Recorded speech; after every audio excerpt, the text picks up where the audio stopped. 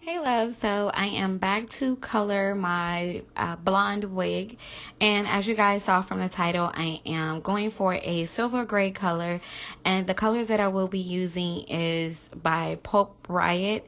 I have the Mercury as well as Smoke color, and then I also will be using Rit Dye, and the color that I have in the Rit Dye is pearl gray. So if you remember in part 2, I did go in and color the roots on my lace frontal, and I did tell you guys that I let the color or the black color that I used to color the roots, I actually let it bleed onto the hair so I can kind of get a grayish tint to the hair. But I also wanted to go in and tint the hair even more, and that's the reason why I am using the Rit Dye in pearl gray. If you guys do not know, you can go in and color your blonde or white hair using Rit Dye. So I wanted to use the pearl gray color to give the entire wig a grayish color. So the first thing I'm going to do is go ahead and test out the color.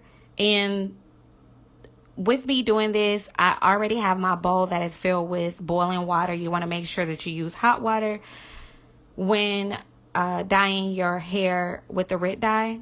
So I poured in about a cup and a half of the Rit Dye into the bowl, and then I mixed it with a plastic spoon, and I'm just taking a piece of my blonde hair that I did not use to see exactly what color that I will get or how dark the gray will be. So as you guys can see, with me using the cup and a half, it did come out to a dark gray. Now I don't want it to be dark gray because when I apply the Pulp Riot color on top of the hair, the color is going to be, or the gray or silver color is going to be really dark, and I don't want it too dark.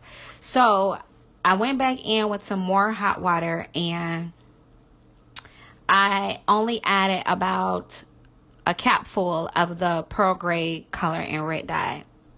And this is exactly the color that I want to get. It's not too light and it's not too dark.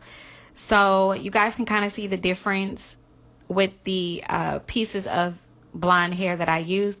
So since I got my color right, what I'm going to do is just actually take the entire wig and put it into the Rit Dye in hot water. Now I am making sure that the entire wig is saturated in the water because I want the blonde hair to turn to, will actually be as gray as possible, okay? And after I did that, I kind of rinsed out the Rit Dye on the wig in cold water. Now after I rinsed out the Rit Dye with cold water, this is exactly the color that I was going for. I wanted the blonde, as much of the blonde hair to be gray as possible or silver as possible. So you can kind of see like a gradient effect where the ends are more darker than the rest of the hair, and that's okay because I will be using, like I said, the Pulp Riot color to color the entire wig. But this basically cuts down my time and allows me to use less product when I go in and use the Rit Dye. And you guys can do this for any color. Rit Dye comes in a variety of colors. You guys can do this all the time. If you're looking to color like your blonde or white wigs, you want to use the Rit Dye first and then go in with your regular color and then color and dye the rest of your hair.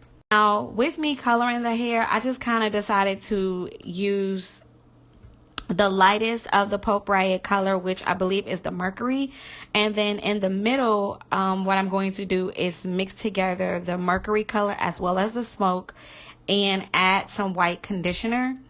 And then the last part of the hair, or actually towards the top of the hair, I'm going to use the Smoke color by itself, and then I'm going to use my Adore Off Black color to color the roots to a dark root color. So I hope you guys kind of understand how I'm going in and coloring my wig.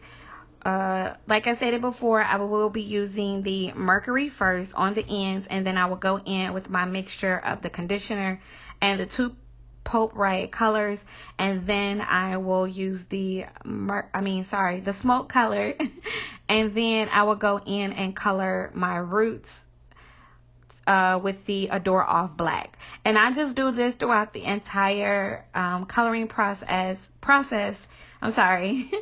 Yeah, I did this throughout the entire process. I made sure, or you want to make sure, like anytime you're coloring blonde hair or any type of wig, you want to make sure that that hair or wig is saturated with the color.